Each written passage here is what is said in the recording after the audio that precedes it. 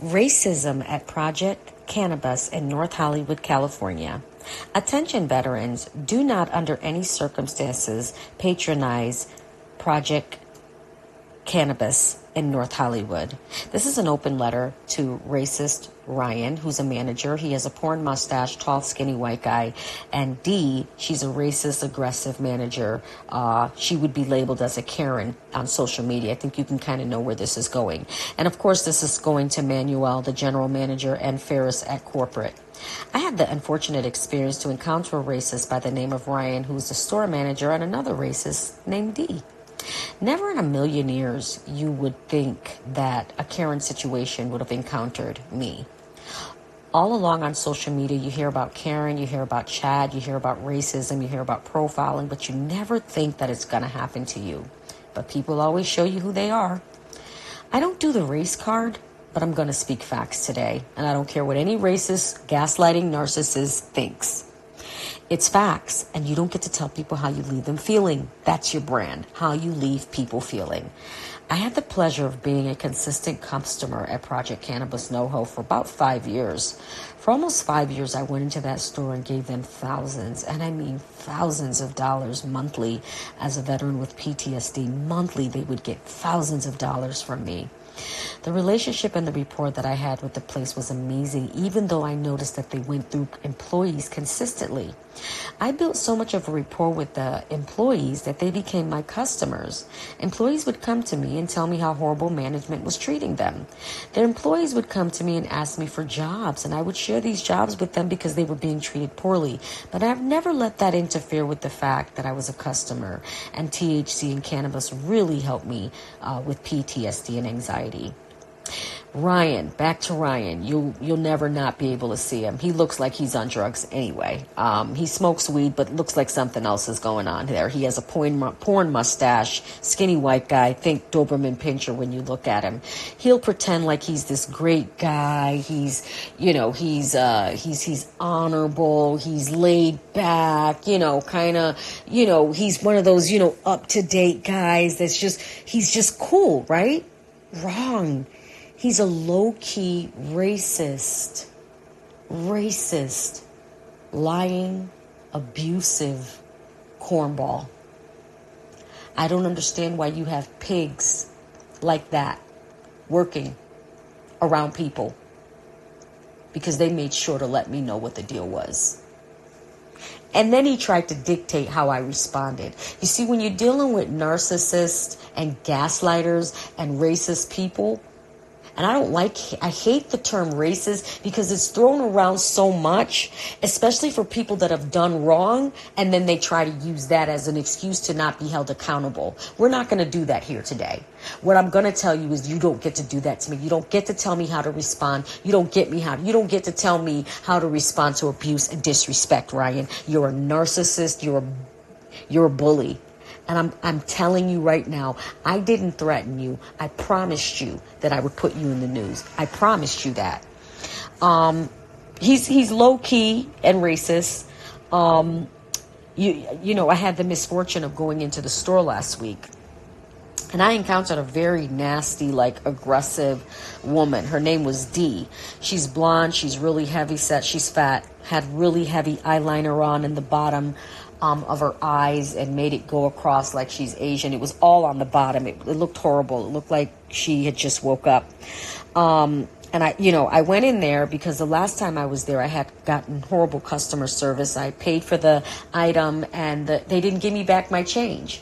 You pay so much taxes, and I went home and I realized that the guy didn't even give me back my change. So I called up there and I said, listen, I left my money up there. You need to count your register because there's $5 extra in your register.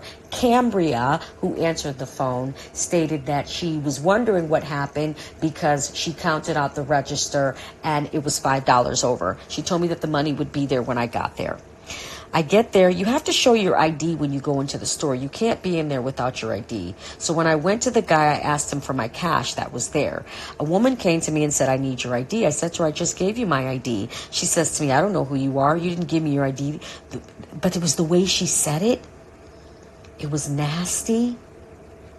And it was in a way to accuse. It was attackish, and it was nasty. And the underlying tones was as if to assume that I would come in there and try to take $5 when it's my fucking money. You understand what I'm saying? So I gave her the ID. It was the way she said it. It's all in how you say things. It's never a lot of times what you say. It's how you say it, and it's the attitude and behavior behind it. And when I tell you this chick was aggressive and deranged, and you could feel the rage and the anger coming off of her energy, the darkness off of D was so dark that it started hurting the outer layer of my heart. The energy was so strong. The rage that was coming off of this woman. I gave her the ID. I wouldn't let her hold my ID. I held it up in my hand so that she could see it. She then snatched it out my hands and put it up to her face so that she could see it, and then handed it back to me. I took my $5, I took it out of the envelope, and I left it there. I didn't say another word to her. I then proceeded to buy my vape and speak to the guy. When I tell you that D went nuts, she started banging things. She started coming and walking by me and brushing me. She started walking and specifically working around me as I was talking to the guy. She was coming up behind me consistently to listen to what I was saying with the guy. She went crazy. The way she behaved was in a way as if though you reject a guy and you don't want anything to do with him, and he feels slighted and he wants to make you suffer. She was angry, okay? Tone is everything. This was all done in an aggressive manner. The body language was aggressive. The guy that was there, he was working the front desk, and I was sharing with him how I felt and he saw the whole thing, and he talked me down and said, don't worry about her. She's not going to be here for long. Other people feel the same way about her. She has these issues with everyone. I then said, okay, no problem. I went and I left after about 25 minutes talking to the guy. I didn't leave immediately. We were still talking, and I was leaning up against the glass, and I was talking to him, and she moved me out of the way with her body to get to the glass. No, excuse me. The aggressiveness, again, the aggressive activity that was going on was unbelievable. I was so upset that I was sharing with the security guard the treatment that I got. And the security guard had shared with me that people don't like her and that she's a known problem. The guy that was working the front desk stated, I'm not the only one that feels this way. And I went home and I contacted Cambria, who I thought she was a manager. She's been there for so many years. And I contacted her. I emailed her and I told her what was the deal. She emailed me back and told me she was sorry that happened. And I let it go. It was over. Today, I called the store about a vape that I had bought that it was broken, and the woman that I spoke to again was Cambria. Again, I had built rapport with Cambria, so I thought. She put me on hold to tell me to see what they had for vapes. And in that process, when she put me on hold, she put Ryan on the phone to tell me that I was banned from the store. Ryan got on the phone and immediately accused me and defended Karen. At that point, it turned into a Karen situation, a.k.a. D.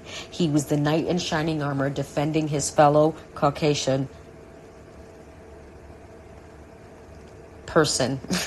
This is so dark. He was the knight in armor defending his fellow Caucasian Karen. Okay? He didn't ask me my side of the story. He didn't care that I was a customer. He treated me like I was an aggressive, violent black person that he didn't want back in his store. This is the same store that I decided to write an upbeat review on because he said that I threatened the woman that followed me around the store as I was talking to the guy aggressively.